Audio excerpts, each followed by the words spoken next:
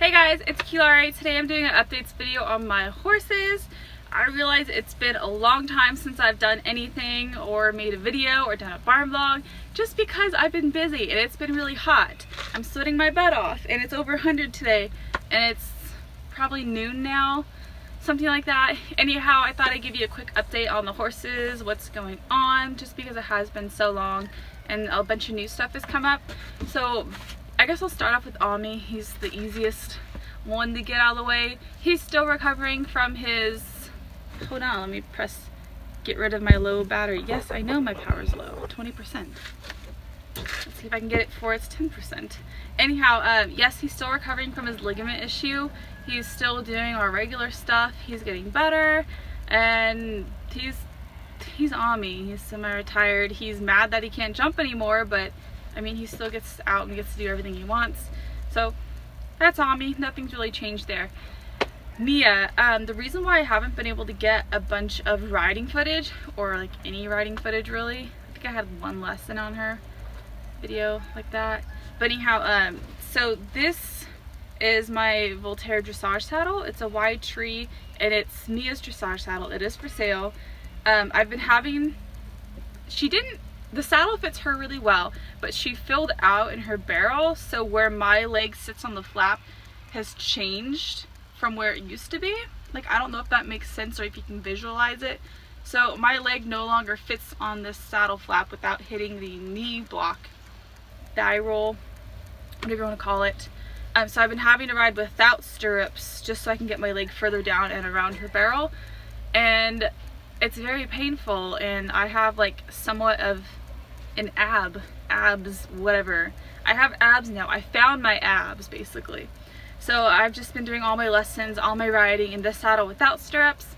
There's stirrups on it right now because I don't know if you saw my Instagram post from a while ago, but let me grab it. Yes. This is a Mylar combo bit. I think it was in a tack haul I did.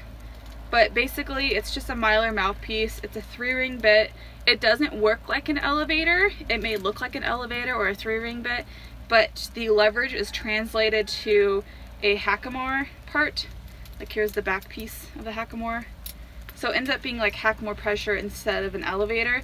So you either have a simple regular mouthpiece with bit guards, 2 reins, and then the hackamore piece, and this string gets tied to the brow band, and that just makes sure that this doesn't get too low on the nasal bone. Yes, this took over a month to ship to me. Normally I would not have done this. Well, okay, I've been riding in this saddle because it turns out she outgrew my jumping saddle, which is a medium wide tree. She's a wide tree, so I started our bit search before we figured out that the saddle was too small. So I tried the bit with this saddle, then we realized this is the 3rd one of these I've tried. We've been having to switch between different mouthpiece sizes, different levels. This is a level 2, and then a 2 versus 3 ring. We originally wanted a 3 ring and a 5.5 inch and the level 1. They don't make the level 1 mouthpiece in a 5.5 inch. The biggest they make it is a 5 inch, which is stupid. So we ended up having to go to a level 2, which just has a teeny tiny little baby port. You can see the little baby port. 3 ring, 5.5 inch, level 2, Mylar. But this bit took over a month to get to me since it had to be ordered directly from the manufacturer, since it wasn't in stock at Mary's Tack and Feed.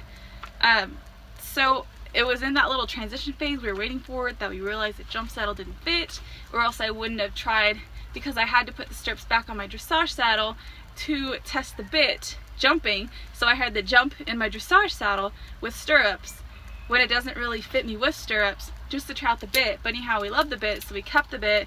The bit is now her jumping bit, and it has the little copper pieces on the inside. It's actually an awesome bridle. It may look like a lot of bit, but it's really not. It's actually quite gentle, and she really likes it. Sorry if I'm talking fast. There's just like a lot of stuff I have to get through, and I'm trying not to make the video too long. So, condensed version. I tried the Barnes Tack Room dressage saddle. It's called the Debonair. I tried that over a month ago. I made a video talking about the saddle and other products. I'm not sponsored by Barnes. I'm not partnered with them. I just happened to try out their stuff because it looked nice, and I watch reviews of other YouTubers who are partnered with them. about the products. So I tried it over a month ago. I really liked the dressage saddle, so I went ahead and ordered that. I think it shipped out today, so I should get it in another week and a half, depending on how long shipping takes. So I'm like super excited about that. But I ordered the dressage saddle. That was before we realized that she outgrew the jumping saddle, or else I would have gotten the jumping saddle, because you can do dressage in a jumping saddle. You can't jump in a dressage saddle unless you're me and you look stupid like this, but you can't at a show, you know what I mean? So that was like kind of stupid on my part. I really wish I had figured that out beforehand, and I would have tried out the Valor saddle, which is their cross-country monoflat version, but it was on trial in Michigan or somewhere in that area, so I wasn't able to try it. And then earlier this week, Mr. Robert Barnes was in the LA San Diego area again, and he had the Valor saddle, so I did test ride that. My mom took a bunch of video and just close-ups and everything. That is probably going to be in the video after this one is posted. Yeah, probably, most likely. So anyhow, I haven't ordered one yet. I did like it. We went ahead and took all the measurements and stuff that I would need, since the flap was quite a bit smaller than I need. For instance, this Voltaire is a 2A.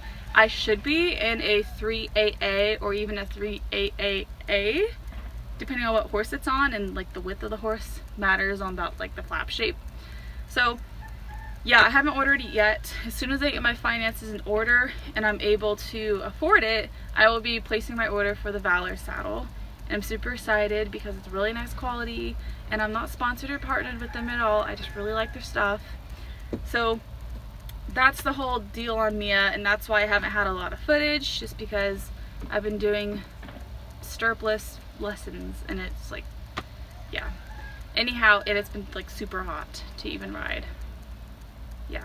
Alright, so that's all with Mia. And I can't do any shows or schooling shows or clinics or anything like that until I get a jumping saddle. And I'm not going to use this one because if the saddle's too narrow, it pinches the horse and does more harm than good. That might be where some of her acrobatic stuff comes from. Feel me? Yeah. Alright, so we did Almi, Mia, Prince. Alright. Just because it's been forever since I've done an actual barn vlog, I don't know if you would know, unless you follow me on Instagram, then you probably know. But Prince has been back at the boarding facility I'm at for, well, since like early June, end of May. So 3 months now he's been here, and he had been sitting for a whole year during his recovery. We brought him back to try to slowly bring him back to work and see if he's held up, because he will flex sound when he's just like, you know, after he's sitting he flexes sound, and then once you start putting him back to work, you can get an idea if they're going to stay sound or if their injury is going to start bothering them again. So I've just been doing hand walking, turnout, and super light lunging, and we did that for about 2 months. I hadn't ridden him yet. I wanted to make sure that he had the proper muscling and was able to support me on his back before I even tried that, but we never ended up getting that far. So the past 2 weeks, so it's been 3 months now. 2 weeks before that, I noticed that he was just a little bit weird when he would do his right lead canter to trot on the lunge, and that's his hard direction. I just saw like a little bit something. He didn't look off, but it was just odd.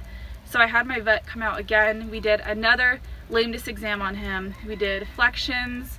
We watched him lunge. We did a lot of palpations. So he needs his teeth done again, which isn't like part of the problem. He happens to be due for his teeth. While he's here, it's easier to do it while he's here. And then he's due for chiropractic again, even though I had him done a month ago. And then he ended up being sore, so he got sore as we put him back to work. So basically, he didn't hold up to being in work, which means he most likely didn't fully heal yet. So my vet gave us a couple options. We could either A, load him up on Previcox and hop on and make him work and see if he'll work through it and recover enough to then sell him to somebody else as a project horse and fully disclose that, you know, he had this injury, he's had this amount of training, he's had this issue, and, you know, like fully disclose everything and like here you go, and just kind of like cut our losses, so to speak.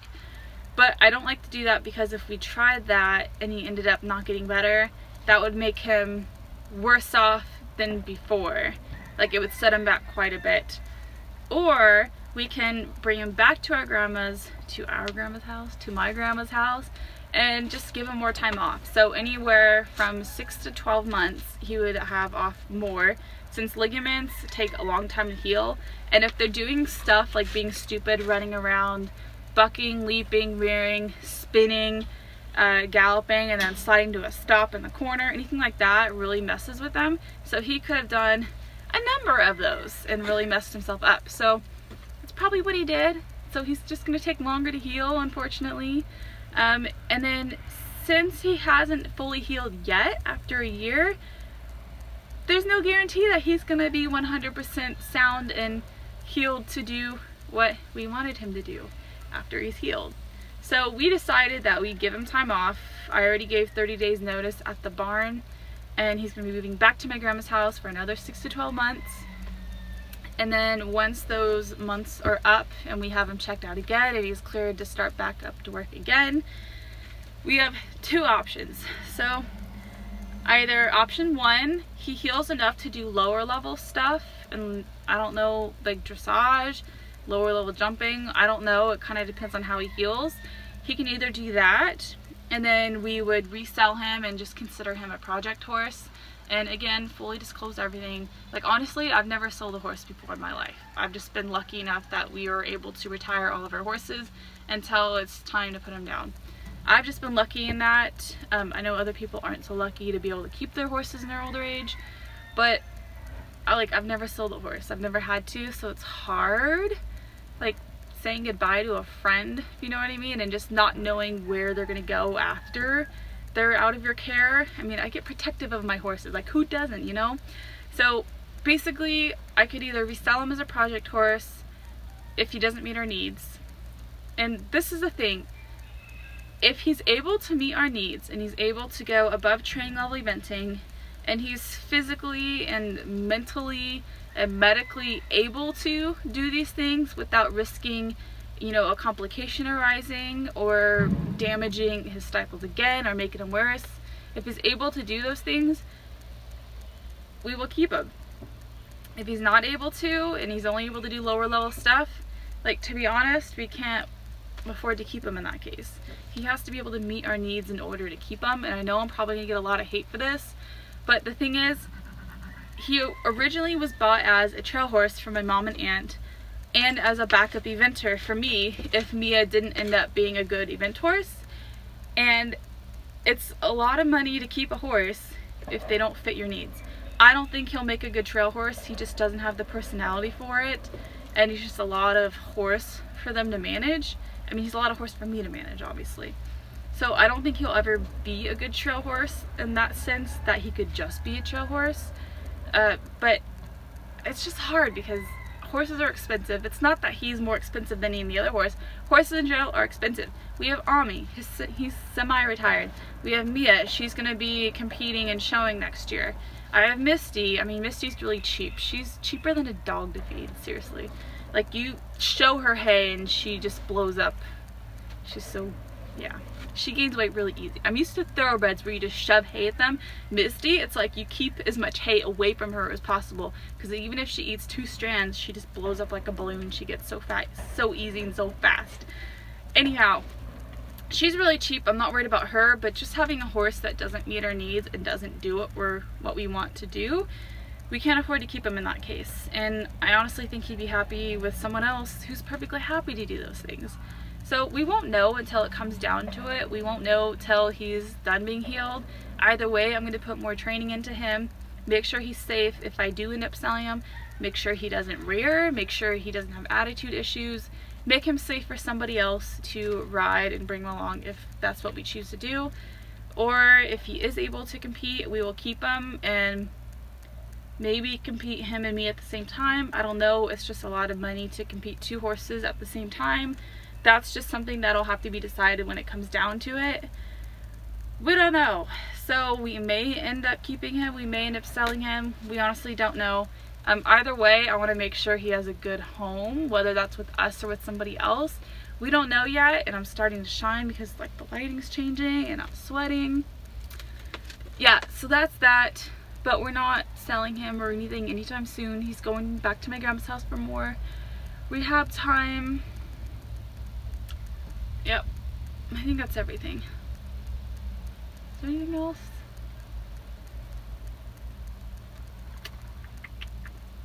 That's everything. I know I'm going to catch a lot of hate for this, but I'm sorry.